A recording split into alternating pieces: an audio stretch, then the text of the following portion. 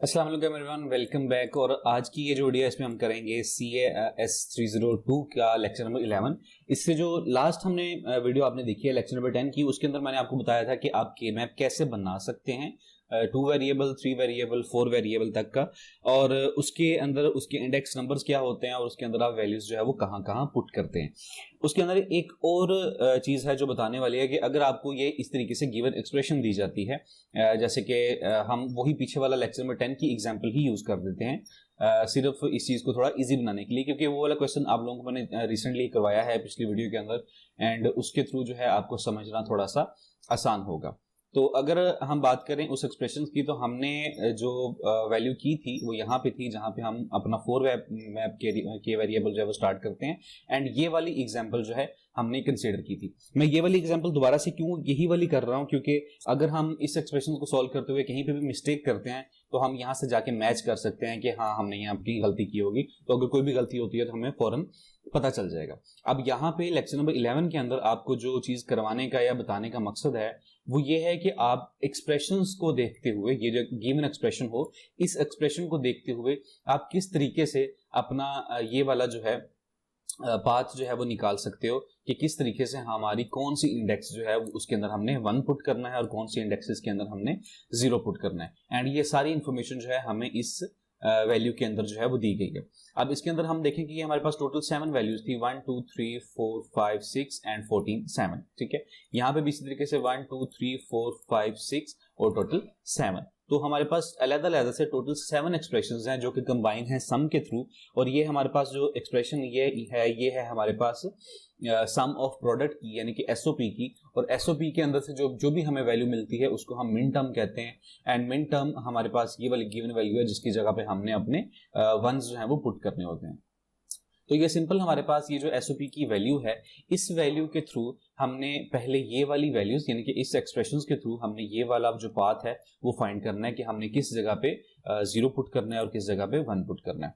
तो अगर हम चलें अपने एमएस वर्ड पे, ये वाला वो लास्ट क्वेश्चन है जो लेक्चर नंबर 10 के अंदर मैंने आपको सॉल्व करवाया था, एंड ये हमारी वैल्यूज थी। तो सीधा हम चलते हैं अपने इसी तरीके से एक टेबल, इसी टेबल को कॉपी कर लेते हैं, हमें ये टेबल की जरूरत है पड़ेगी। और जब आप अपना टेबल बनाएंगे उसकी जगह पे, जब भी आप पेपर में टेबल बनाए, जहां पे भी टेबल बनाए, चूंकि आपको जुबानी इतना अच्छा शायद याद ना रहे, तो आपने क्या करना है कि इस जगह पे आपने वैल्यूज की बजाय सबसे पहले जब पाथ फिल कर लेना है। ठीक है, 0 1 3 2, उसके बाद यहाँ पे आ जाएगा यहाँ पे आ जाएगा 4 5 7 6। ठीक है, इसी तरीके से यहाँ पे आ जाएगा 8 हमारा नीचे आना है। ठीक है, तो 8 9 11 10,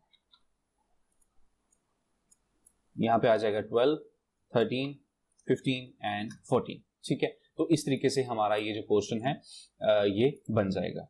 अब ये जो टेबल हमारे पास बन चुका है, चूंकि 4 वेरिएबल के मैप का, अब इसके अंदर हमारे पास जो भी गिवन एक्सप्रेशन होगी, उस एक्सप्रेशन के अंदर आपके पास जो भी पाथ निकलेगा आप उस पाथ को भी कंसिडर कर सकते हैं, या फिर आप चाहें तो उस पाथ की जगह पे डायरेक्टली उस पाथ पे जाके उसकी जगह पे आप उसकी वैल्यू जो है वो पुट कर सकते हैं, आइदर 0 और 1। तो इस तरीके से आपको वैल्यूज पुट करने में आसानी होगी जब अगर आप ये टेबल बना लेंगे, क्योंकि टेबल बनाने में आपको ज्यादा से ज्यादा 5-10 सेकंड लगेंगे। लेकिन अगर आप ये टेबल इस तरीके से नहीं बनाते तो हर बार वैल्यू पुट करने पे आपको ये पहले काउंटिंग करनी पड़ेगी कि कौन सा पाथ जो है वो कहां पे आना है, क्योंकि जुबानी अक्सर याद नहीं रहता।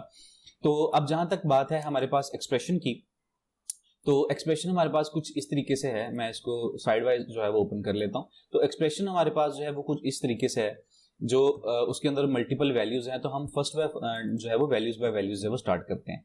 तो यहाँ पे आपको एक्सप्रेशन के अंदर जो भी वैल्यू दी जाती है, समटाइम्स उस वैल्यू के ऊपर जो है वो बार होगी, किसी के ऊपर बार नहीं होगी। एंड सेकेंडली सबसे पहले आपने ये भी कंसीडर करना है कि ये वाली जो वैल्यूज आपको दी जाती है इसमें कितने वेरिएबल्स हैं।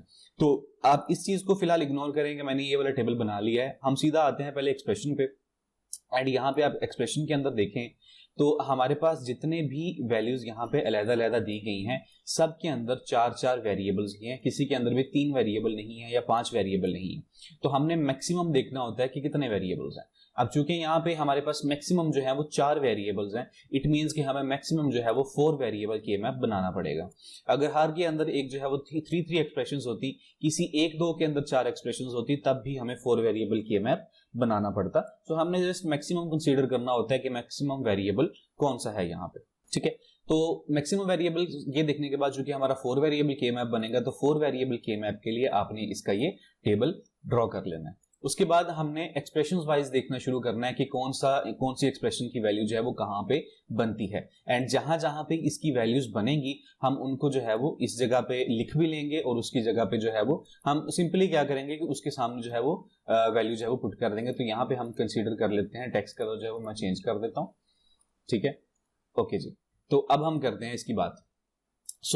एक स्टार्ट करने से पहले एक चीज जो आपने और कंसिडर करनी है कि जो वेरिएबल सिंपल होगा, जिसके ऊपर मतलब ये इन्वर्ट नहीं होगा, यानी कि नॉट गेट जो है वो अप्लाइड नहीं होगा, उस वेरिएबल को आपने पॉजिटिव कंसीडर करना है, यानी कि उसकी वैल्यू आपने 1 कंसीडर करनी है। एंड जिसके ऊपर ये बार लगी होगी उसकी वैल्यू को आपने 0 कंसीडर करना है, ठीक है। तो अगर हम यहाँ पे बात करें इस एक्सप्रेशन की, मैं यहाँ पे फिलहाल जल्दी से एक्सप्रेशन टाइप नहीं कर सकता, तो हम सिंपल यहाँ पे जो एक्सप्रेशन को हम यहाँ से देख लेते हैं। हैंडआउट से बार बार देखने के बजाय हम क्या करते हैं कि इस एक्सप्रेशन को ही हम उठा के वहां पे ले जाते हैं। तो मैं जाता हूँ पेंट में जाके इस एक्सप्रेशन का जो स्क्रीनशॉट है इसको हम अपने MS वर्ड पे पेस्ट कर देते हैं, ठीक है। तो हमारे पास एक्सप्रेशन जो है हमारी वो कुछ ये वाली है, इसको हम यहाँ से ले जाते हैं अपने ऑफिस पे, और वहां जाके जो है हम इस एक्सप्रेशन की वैल्यू को जो है वो पुट करना स्टार्ट करते हैं, ठीक है। तो टेबल को हम ऊपर लिख लेते हैं, एक्सप्रेशन को लिखते हैं यहाँ पे, ठीक है। ये आ गई हमारे पास एक्सप्रेशन। अब जो हमारा नेक्स्ट पर्पस है वो ये है कि हमने एक्सप्रेशन के अकॉर्डिंग जो है उसकी वैल्यूज वहां पे पुट करनी है।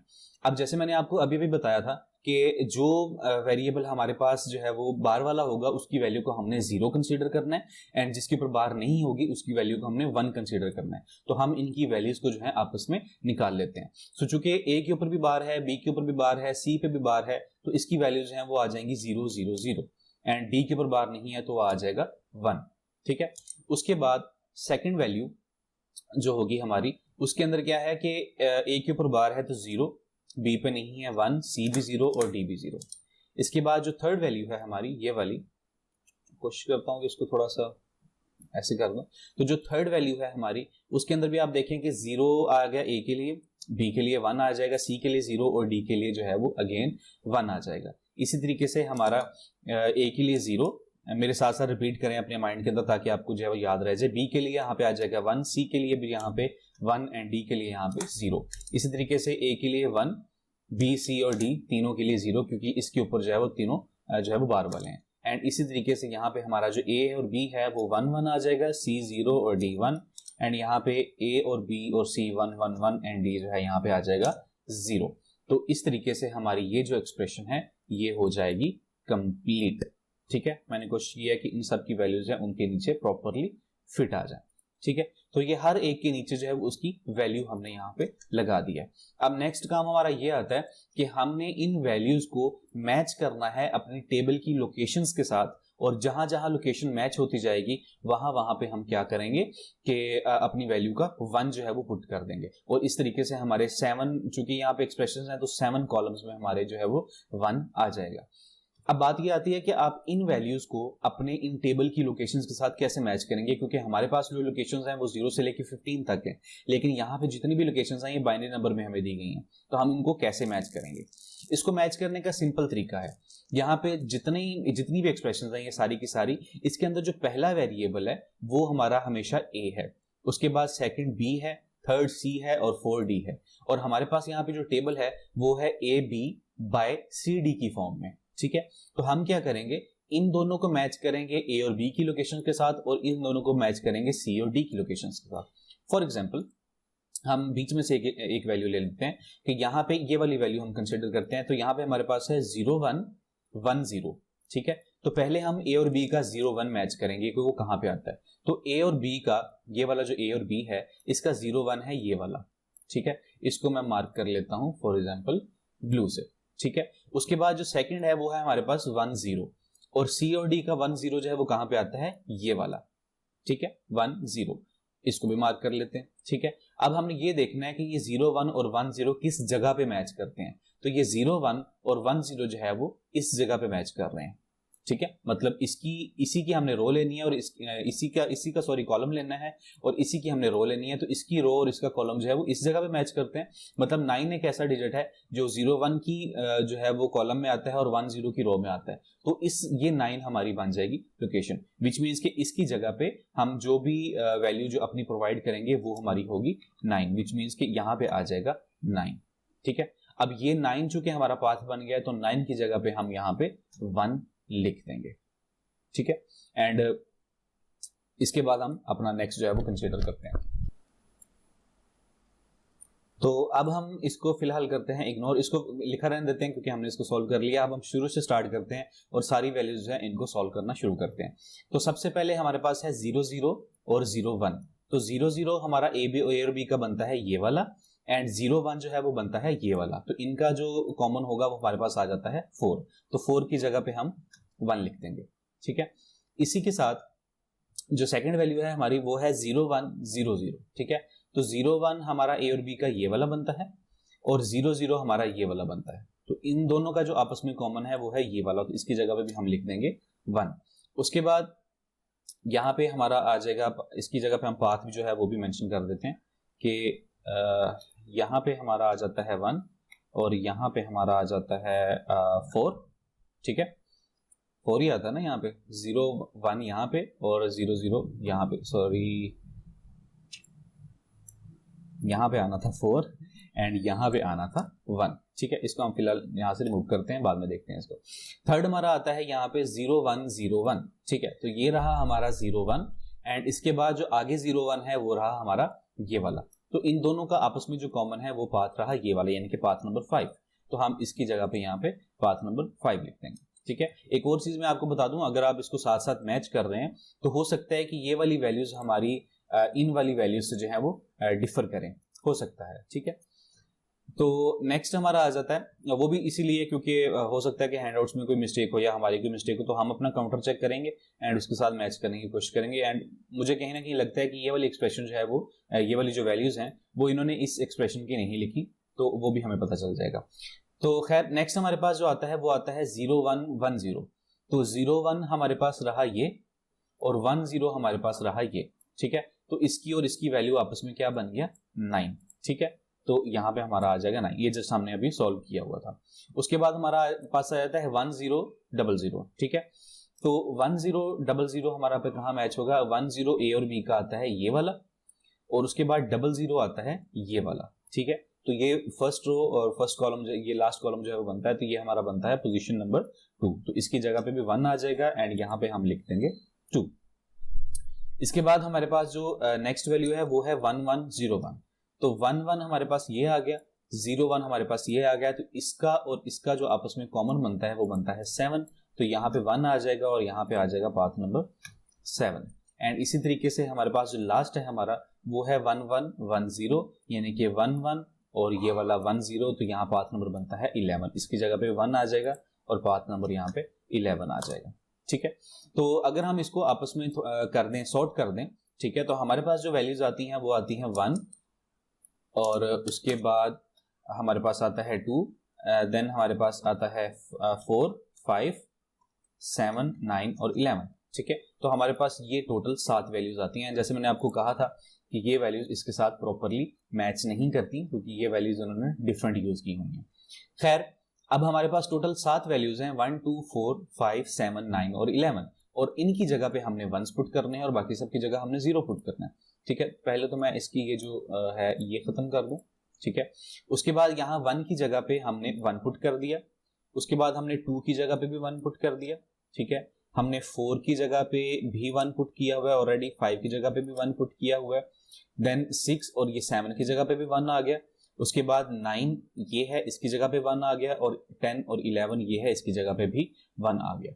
बाकी जितनी भी वैल्यूज हैं इसकी जगह पे हम 0 पुट कर देंगे। तो यहाँ पे हमारे पास है 4 5 6, वहां पे आ गया 7, इसकी जगह पे भी 0 आ जाएगा, इसकी भी 0, इन सब वैल्यूज की जगह पे जो है हमारे पास 0 आ जाएगा। और इस तरीके से आपका ये वाला जो के मैप है ये आपका 5 नंबर का के मैप जो है वो तैयार हो जाएगा। इस वीडियो का मेन मकसद यही था कि आपको बताया जाए कि आप किस तरीके से एक्सप्रेशन के अंदर से वैल्यूज को एक्सट्रैक्ट करके उनकी पोजीशंस फाइंड कर सकते हो। तो आपने ये चीज हमेशा माइंड में रखनी है कि ये जो ऊपर जहां पे बार होता है इसको हम 0 कंसीडर करते हैं बाय डिफॉल्ट, अगर हमारे पास कोई वैल्यू ना हो। अगर हमें अपनी तरफ से अज्यूम करना हो कि अगर a इज इक्वल टू 1 है तो ज़ाहिर है फिर a इज इक्वल टू 0 होगा। आपने हमेशा इसको यही कंसीडर करना है कि मैप के अंदर, क्योंकि यहाँ पे हमारे पास वैल्यूज नहीं दी होती। हाँ, अगर आपको a की वैल्यू 0 दी गई हो किसी जगह पे तब तो हम a बार को 1 कंसीडर करेंगे, लेकिन यहाँ पे कोई भी वैल्यूज नहीं दी गई होती तो इसलिए हम हमेशा a बार को 0 कंसीडर करेंगे अपने के मैप को सॉल्व करते वक्त। ठीक है, तो इस तरीके से आप इनकी पोजीशंस जो है वो यहाँ पे निकाल लेंगे। देन यहाँ पे जो पहली दो पोजीशंस हैं ये डिनोट करती हैं हमारे ए और बी को, और जो आखिरी दो पोजीशंस हैं इनका मतलब होता है सी और डी को। तो हमने इन दोनों के पाथ्स को आपस में मैच करना होता है। तो रैंडमली आपको एक और करके दिखा देता हूँ आखिर में कि अगर हमारे पास जो पाथ आ जाता है, फॉर एग्जाम्पल वो आ जाता है 1 0 1 1 एंड आई गेस ये इसके अंदर कहीं पे भी नहीं है। ठीक है, तो अगर हमारे पास पाथ है 1 0 1 1, ठीक है, तो हम इसको कैसे सोल्व करेंगे? पहले हम देखेंगे 1 0 जो कि हमारा ए और बी का है ये वाला, ठीक है, और यहाँ पे आ जाएगा 1 1 जो कि है हमारा ये वाला। ठीक है, तो इसका और इसका आपस में जो कॉमन है मतलब पाथ बनता है वो बनेगा ये वाला, यानी कि इसकी हमने रो में आना है तब तक आना है, इसके कॉलम में तब तक आना है जब तक हम 1 1 के पाथ पे पहुंच जाए, और इसका हमने देखना है तब तक हम यहाँ पे पहुंच जाए। तो ये वाला जो है ये कॉमन बन जाएगा। तो 1 0 का ये वाला कॉलम एंड 1 1 का ये वाला जो रो है ये दोनों आपस में इस जगह पे अटैच होते हैं। तो ये वाली जो पोजीशन है ये वाली पोजीशन हमारी बनती है वैसे पोजीशन नंबर 14, और इसकी जगह फिर हम 1 लिख देंगे अगर एक्सप्रेशन के अंदर हमें ये वाला आंसर मिलता है। तो thanks for watching this video. इस वीडियो को अपने दोस्तों के साथ लाजमी शेयर कीजिएगा, एंड नेक्स्ट वीडियो में अपलोड करूंगा जब इस वीडियो पे ऊपर जो है वो 100 व्यूज हो जाएंगे। सो दोस्तों के साथ इसको लाजमी शेयर कीजिएगा। टेक केयर, अल्लाह हाफिज।